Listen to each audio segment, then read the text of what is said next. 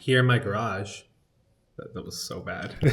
This has been my favorite camera I have ever purchased in my entire life. So even though today we're not really talking about this camera, this is one of my favorite things. I actually put a piece of metal right here, and then there you go. Just magnetize the freaking monitor right on here, and it stays. That's so cool. Then I can do like, POV shots of like the stuff that I'm recording. Anyway.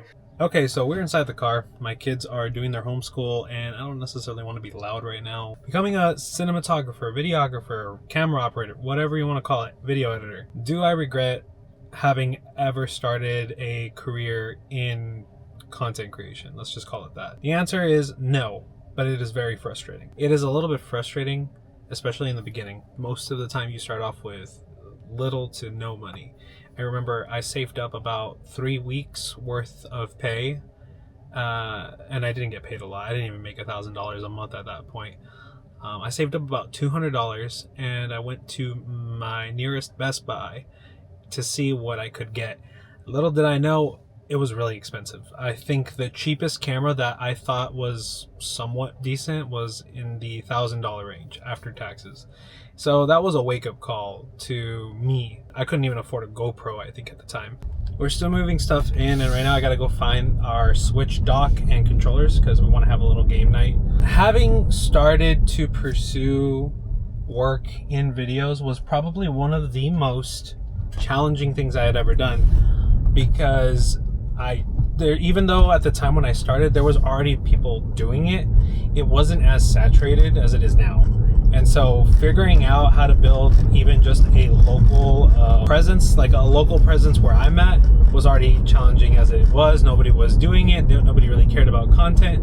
Now it's a different story. People do care about content. People are very aware about having their presence, their business known through social media. So that has been a blessing. But at the same time, it's still just as cutthroat as it was when I first started. I'm sorry, guys. I will try my best to be quick about this. Ooh, there's a bunch of spider webs all over this place. Oh, look at this. I bought this like 7 years ago, and I never actually used it, and I don't think I ever will. Just umbrellas. I don't need them. Just a bunch of stuff here. Found an XLR cable. I might need that.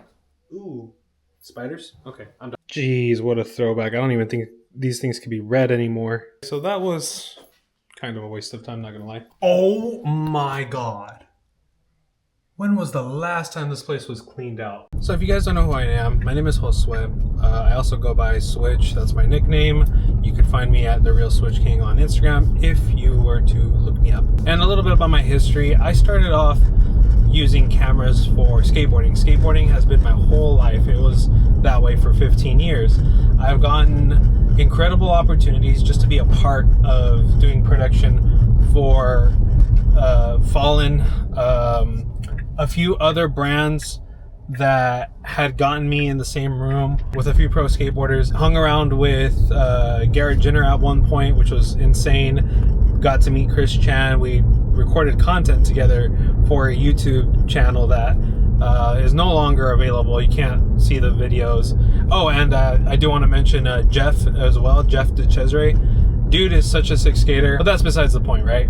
I'm in a whole different era of my production. Where I'm focused at now is just providing for my family with the thing that I love the most. Offset that with my everyday job, which is just doing delivery driving. That's where I'm at now. Without having to make this video so long, I do just want to get straight into the pros and the cons to doing this job. One pro is that you get to make better quality videos. If you're somebody looking into this or somebody who's already been in this, you know that iPhone videos, any smartphone, is pretty limited by the camera that it has. They're good, but they fall short very quickly. The second would be you have an opportunity to make some side income. And I think that right there is the gateway into a lot of these content creators' lifestyle. It's a whole different world than the regular consumer. And three, it's just the people you get to meet. There's a bunch of people in the creative space now more than ever. Cons.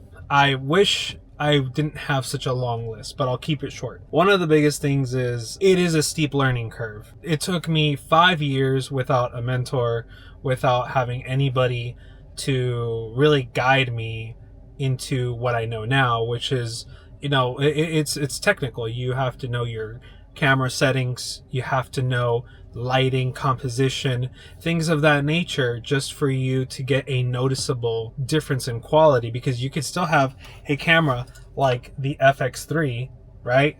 But if you don't know the basics, you're gonna get like 10% of what it can do. What I'm talking about is just putting it on auto mode and calling it a day. Now, you got to learn your basics, and also you have to learn how to edit, and that in itself is a whole nother beast. You have different stepping stones into just getting better, right? If you want to get better, these are the stepping stones that you have to go through in order to get that really like cinematic look that you're wanting, right? You got to know the lenses, all of that stuff. Steep learning curve, and then there's little to no money when you start off. And then when you finally acquire the skills to be really good at what you do, that's just one portion of the business model. Yes, it becomes a business if you're somebody that wants to make money off of it. And if you want to make money off of it, you got to get good at sales. You got to get good at having an entire system to continue giving you cash flow. And that's where I'm currently at. You got to play the game. You have to post on social media, and if you take a long time to post again, your reach gets lower. Now, that's just the vicious cycle of content creation in this day and age. To recap, we have steep learning curve, and then you have the business model of things, right? And the third one would just be it's expensive. It's very expensive.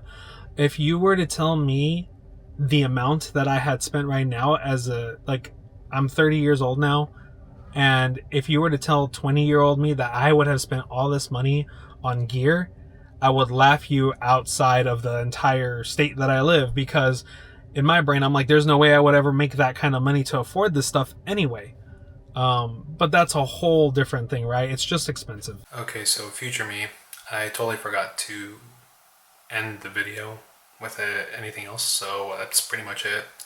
If you guys got any value from this, please hit like, subscribe if you like, and just share your comments down below on the subject. I'd like to hear what you guys have to say. Until the next one.